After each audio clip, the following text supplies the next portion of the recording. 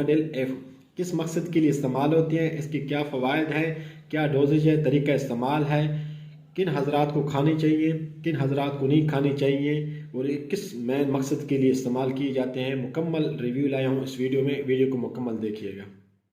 Capsule गोनाडेल F जो है ख़ास तौर पे मेल सेक्सुअल हेल्थ प्रॉब्लम के लिए इस्तेमाल कराए जाते हैं। ऐसे मर्द हजरात जिनमें स्पर्म्स की कमी हो यानी बांझापन हो या मर्दाना कमज़ोरी हो जिसको इनफर्टिलिटी बोलते हैं, उन मर्दों में भी आप इसको इस्तेमाल करवा सकते हो। और ऐसे मर्द हजरात ख़ास तौर पे जिनको शहावत बहुत कम आती है, उनका दिल बहुत कम करता है सेक्स करने को, उन मर्द हजरात को भी आप इस्तेमाल करवा सकते हो। ऐसे मर्द हजरात जिनकी टाइमिंग कम हो, स्टेमिना कम हो, उसकी टाइमिंग बढ़ाने के लिए, स्टेमिना बढ़ाने के लिए भी ये कैप्सूल आप इस्तेमाल करवा सकते हो।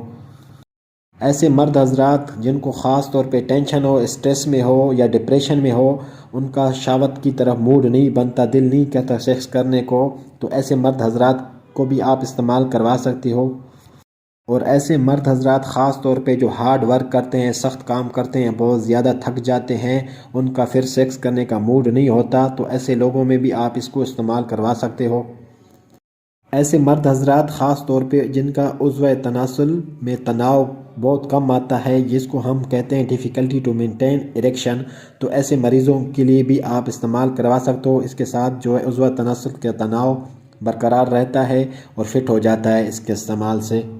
ऐसे लोग जिनमें ख़ास तौर पे टेस्टोस्टेरोन की कमी पाई जाए, यानी जिसको लो टेस्टोस्टेरोन बोला जाता है, तो उसकी कमी को पूरा करने के लिए भी आप इस कैप्सूल को इस्तेमाल करवा सकते हो।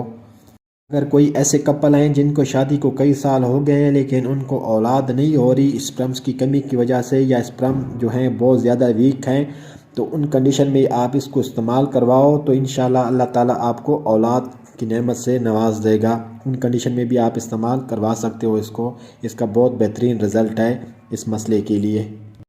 इसका तरीक़ा इस्तेमाल ये है कि एक के सुबह एक शाम खाना है, कम से कम 1 महीने से 3 महीने तक इस कोर्स को चलाना है। लेकिन ये आपकी कंडीशन पे डिपेंड करता है, ये आप अपने करीबी डॉक्टर के पास जाकर आपका जो मर्ज़ होगा उसी मुताबिक आपको वो एडवाइस करेगा, उसके मुताबिक आप इस्तेमाल करें। अब आते हैं इसके साइड इफ़ेक्ट पर।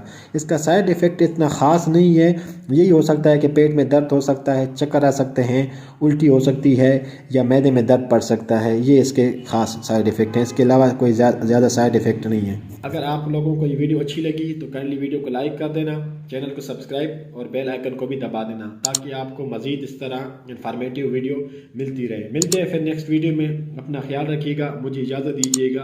अल्लाह हाफ़िज़।